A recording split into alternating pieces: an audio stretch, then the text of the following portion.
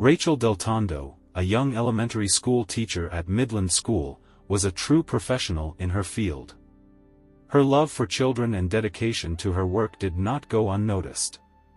Despite her age, Rachel continued to live with her parents, Lisa and Joe, in their home in Aliquippa, Pennsylvania. Her heart belonged to Frank Catrappa, whom she had known since childhood. Over time, their friendship grew into a romantic relationship. Frank, who was the son of a former police officer, managed to build a successful business in the freight transportation industry. His achievements were so impressive that one of the local online magazines nicknamed him the Wolf of Aliquippa. Rachel was not only an excellent teacher but was always ready to lend a helping hand to students who were in trouble. Frank spoke warmly about his beloved. "She's not only beautiful but also an incredibly sincere and kind girl with a big heart. I was head over heels in love with her." However, as Rachel's best friend Jen Glavin noted, the couple's relationship was not always smooth sailing. Rachel dreamed of getting married and having children. She was upset that she still wasn't wearing a ring on her finger, despite the long-term relationship Jen shared. According to Glavin, Rachel was in no hurry to move out from her parents' home until officially married, as it is customary in Italian families to stay with parents until the wedding. Deltondo did not want to upset her family. Rachel hinted to Frank about getting married, as they had been together for 5 years. And then, finally, it happened. During a romantic trip to Paris, Frank got down on one knee and gave his beloved a luxurious engagement ring with a 6-carat diamond. Happy Rachel immediately called her mom to share the joyful news. Pleasant wedding hassles and active preparations for the celebration began. Frank suggested signing a prenuptial agreement, and Rachel agreed, as she was completely satisfied with the terms.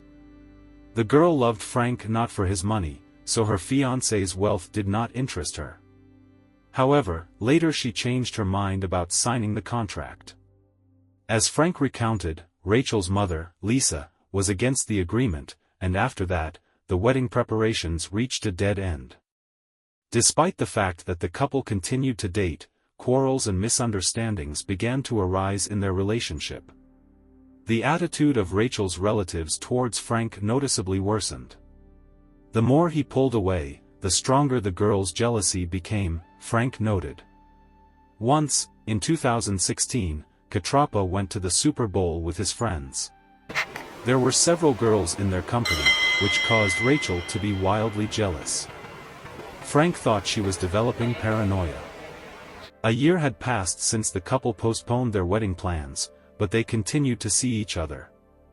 Every year, Catrappa threw a grand party in honor of his birthday at one of the bars in downtown Aliquippa.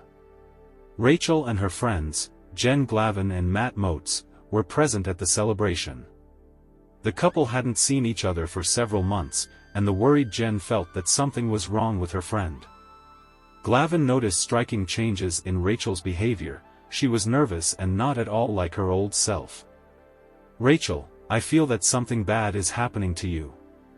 I don't know what exactly, but your actions really concern me," Jen confessed.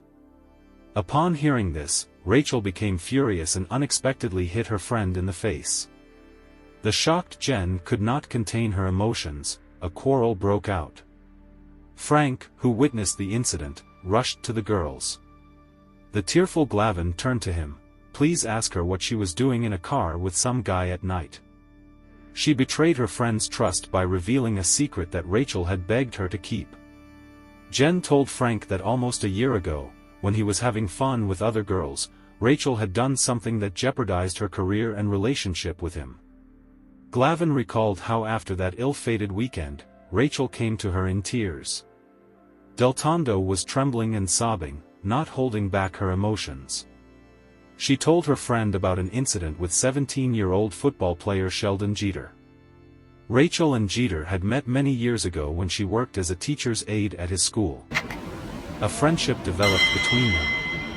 From Jen Glavin's words, it became known that, according to Jen Glavin, one evening around 11 to 12 o'clock at night, Sheldon sent Rachel a message on Facebook, confessing that he needed to talk to someone.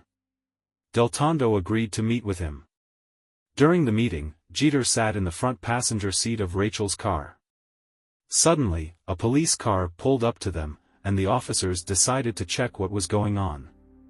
Rachel assured the law enforcement officers that everything was fine and they were just talking. She informed them that Sheldon was her friend. When asked by the police about the use of prohibited substances or contact in the car, the girl responded negatively. Deltondo told her friend about this incident, begging her not to disclose it to anyone. She just wanted to get it off her chest and receive support, as the situation was unpleasant for her. Jen admitted that at that moment, with all her heart, she felt that Rachel was hiding something. When Glavin shared this story with Frank at the party, Deltondo assured him that she was only trying to help the teenager. Catrappa believed his girlfriend. Rachel informed Frank that Jen and Matt were spreading rumors that she was using prohibited substances and having relationships with other men. After this conversation, the couple stopped communicating with Glavin and Motes. Despite the fact that Catrappa sided with Rachel, a year later he decided to look into what really happened between her and Sheldon Jeter in more detail. Frank turned to the Aliquippa Police Department with a request to provide him with a report on the incident. Assistant Police Chief Joe Percival refused, explaining that an official request was required to obtain a copy of the document. However, Percival's superior, who was a good friend of Catrappa, ordered to prepare the report. On the same day, Frank familiarized himself with its contents and was shocked. The information in the document did not match at all with the version of events that Rachel had told him. According to the report, Deltondo and Jeter were found in the car around 2 o'clock in the morning, not at 2300 hours as the girl claimed. The incident took place in an abandoned parking lot. The fogged-up windows of the car led the police to think that it had been parked there for quite some time. The passenger seat was fully reclined. The document stated that Rachel informed the law enforcement officers that Sheldon was once her student, and now they were friends and just talking. She also admitted that she did not want her fiancé to find out about this case, because he would be furious. While reading the report, Frank could not hold back his tears. Sadness overcame him. He was allowed to take a copy of the document home, and soon someone used it to deal a devastating blow to the reputation of teacher Rachel Deltondo. The incident report was anonymously emailed to the school where Rachel worked, as well as to the local school board, the media, and even the city mayor. Lisa Deltondo, Rachel's mother, had no doubt that Frank Catrappa was behind this. "He tried to ruin my daughter's life and our family's life out of jealousy," the woman stated. Although Frank denied his involvement in the disclosure of information, he admitted that he showed a copy of the report to some people. It became known that Catrappa received not only the document itself, but a whole folder with confidential personal data, such as social security numbers and driver's licenses, information that should never fall into the hands of the public. This confidential data was also distributed via email. Law enforcement officials suggested that although Frank may not have personally engaged in the mailing, he could have passed the report to someone who then carried out the anonymous mailing. Shortly after the report was made public, Rachel Deltondo was suspended from work. The girl lost her appetite and sleep, and she had to seek medical help. Rachel was admitted to the psychiatric ward, where she spent 3 days. Rachel's parents categorically denied any connection between their daughter and Sheldon Jeter. "She just wanted to help this poor boy," Lisa Deltondo claimed. On the other hand, Sheldon's lawyer, Michael Santicola, insisted that Rachel was never Jeter's teacher, and their relationship went far beyond mere friendship. It all started not in the car. Rachel and Sheldon had a long-term relationship. He was a star, an athlete, and most girls adore athletes, Santicola stated. Jeter's uncle, Michael Moreland, said that he knew about his nephew's romance with someone, but did not even suspect that it was a teacher. However, at some point, he began to suspect that Sheldon's girlfriend was much older than him, since she gave the boy expensive gifts. For Christmas, he got an expensive watch. I asked where he got it from. Sheldon replied that it was a gift from his girlfriend, Moreland recalled. Lawyer Santicola was convinced that Sheldon and Rachel carefully hid their relationship and did not tell anyone about it. However, Rachel's mother refuted this information. The woman was confident that there was nothing romantic between her daughter and Jeter. According to Lisa, Rachel was only trying to help Sheldon with his studies, and he took her kindness and friendliness for love. Lisa Deltondo noted that her daughter always shared her innermost secrets with her. But she never mentioned Sheldon Jeter. Although this does not mean that there was nothing between them, the woman added. Lisa also shared an incident involving Jeter. Once at night, a drunk Sheldon came to their house and started knocking on the windows. Lisa pointed an air pistol at him, and soon the boy left. However, Jeter himself claimed that nothing of the sort ever happened. By December 2017, Rachel Deltondo was left without a job. She severed all ties with her former fiancé Frank Catrappa and distanced herself from Sheldon Jeter. Rachel became reclusive. Lisa Deltondo, enraged by what they had done to her daughter, decided to take control of the situation and turn to the media. She introduced Rachel to John Paul, the head of an online news service. Although they never met in person, Paul claims that he spoke with Rachel several times over the phone. The girl claimed that she had information about corrupt city officials. She described Aliquippa as a city rotten to the core, where officials were paid to turn a blind eye to illegal actions. However, according to John Paul, Rachel never provided any evidence to support her accusations. Rachel began to receive threats. The girl suspected that she was being watched by law enforcement officials. She shared information about the intimidation with Paul, in particular about messages that clearly hinted that she would not live to see the end of 2018. Rachel's aunt, Jackie Belcastro, confirmed that her niece had complained to her about being stalked. Belcastro put forward a theory that Frank Catrappa was somehow involved in this, but the man denied everything.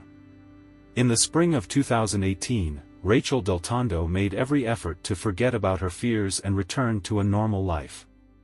She spent time with 32-year-old Rashawn Bolton, Sheldon Jeter's stepbrother. It was next to him that the girl felt safe. However, her new relationship only infuriated Sheldon. According to his uncle, at first the boy was upset, but quickly recovered and switched his attention to another girl. Jeter never had any difficulties with this. On the evening of Sunday, May 13, 2018, on Mother's Day, Rashawn Bolton was out of town. Rachel decided to meet with her 17-year-old friend and former student, Lauren Watkins. Deltondo told her mom, "We're going to Hank's for ice cream." Lisa had no idea that these would be the last words of her child that she would hear. The girls met, spent time together, drove around in the car, listened to music, and talked. Lauren recalled that during the ride, they passed by Sheldon Jeter. The boy noticed them and sent Lauren a message on Facebook, "I just drove past you guys." Watkins replied, "Yes." Sheldon wrote, "What are you doing?" Lauren ignored his further messages. According to Lauren, she drove Rachel home to get a sweatshirt, as it was chilly. Then they headed to Hank's for ice cream. On the way, the girls picked up another acquaintance, 25-year-old Tyric Jeter, Sheldon's stepbrother. Tyric was texting with Sheldon and found out exactly where Rachel was that night. He knew what time she would return home. Lauren Watkins walked Rachel to the house and made sure that she reached the side door. There was no one nearby, no cars, no people. Behind the door that Rachel was supposed to enter, her father was sitting in his favorite chair. Less than 4 minutes after Lauren left her friend, Deltondo was dead. She was shot, and there were no witnesses at the crime scene. Rachel's parents immediately accused Sheldon Jeter of the murder. They had no doubt that he was the one responsible for their daughter's death. Sheldon's uncle, Michael Moreland, claimed that his nephew was at home with his grandfather that night, helping to take care of his elderly father. Just a few hours after Rachel Deltondo's death, the police were already at Sheldon Jeter's doorstep, trying to interrogate the boy. Law enforcement officers demanded that Sheldon provide them with the clothes he was wearing that night, but instead he gave them different clothes. On the floor near the bed where Jeter was sleeping, there was a pile of things. "Are these the clothes you were wearing?" the police asked. "Yes, all my clothes are here," Sheldon replied. Jeter's lawyer, Michael Santicola, insists that his client is not responsible for the police taking the wrong clothes. But the same statement notes that Sheldon showed no emotion when he was informed of Rachel's death. His uncle, Michael Moreland, refuted this information. He felt bad. Everyone who heard about it felt bad. Shortly after Rachel's death, her friend Lauren Watkins told reporters that she did not believe that Jeter could have committed this terrible crime. According to her, she never once heard from Deltondo that she was afraid of the boy.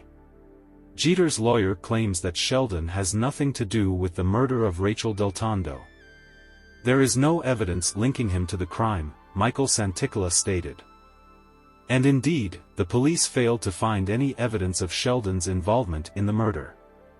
On the night Rachel Deltondo was shot outside her parents' home in Aliquippa, Pennsylvania, there were already 8 unsolved crimes there. Almost 2 years had passed. On May 15, 2020, another ice cream trip ended in tragedy. This time, the victim was Tyric Pugh, whom Sheldon Jeter and Michael Moreland considered a member of their family. Earlier that same day, Pugh had been with Jeter and Moreland at an ice cream shop. And again, Sheldon Jeter's connection to the victim drew attention to him from the investigation. Investigators visited Sheldon's house on the night Pugh was shot, as they discovered that the address on the deceased's driver's license was listed as Jeter's. Uncle Moreland confirmed that Pugh occasionally lived with them. Jeter was eager to tell investigators about his whereabouts on the night of the tragedy, but the footage from surveillance cameras told a different story. The video captured Sheldon Jeter leaving the house together with Tyric Pugh at 11:10 p.m. on May 15, 2020. Later, the cameras recorded Sheldon returning alone. Around the same time that Jeter returned home alone, a driver discovered Tyric's body and called 911. The next day, Sheldon was summoned to the police station for an interview with investigators. During his interrogation, a search was conducted at the Jeter house, and a gun was found under his mattress. It was later proven that Tyric Pugh was shot with this weapon. Sheldon's lawyer, Michael Santicola, said that the prosecution tried to force Jeter to confess to the unsolved murder of Rachel Deltondo. In early June 2021, Sheldon Jeter stood trial on charges of murdering Tyric Pugh. Cameras were not allowed in the courtroom. Jeter did not testify, but the jury was shown about 2 hours of recordings of his police interrogations. The motive for the crime was not announced, but after only a few hours of deliberation, the jury found 23-year-old Sheldon Jeter guilty. In the state of Pennsylvania, first-degree murder is punishable by mandatory life imprisonment without the possibility of parole. After Sheldon Jeter's arrest and his conviction in the Pugh case, public attention again turned to the unsolved murder of Rachel Deltondo. An active investigation is currently underway.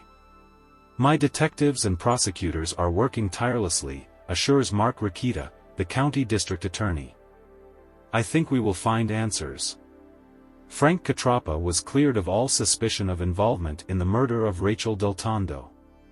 Shortly after losing her daughter, Lisa Deltondo expressed a premonition that the criminal who took her daughter's life would never face justice. The Deltondo family prays that people will remember their daughter not for her tragic death, but for how she lived. Here are the words of her mother: "I want everyone to know that she was a good person. She had a big heart." The case of Rachel Deltondo's murder remains unsolved. The investigation continues. Thank you for watching this story. Write your thoughts about it in the comments. Don't miss the future videos, subscribe and like the channel. Take care of yourself and people you love.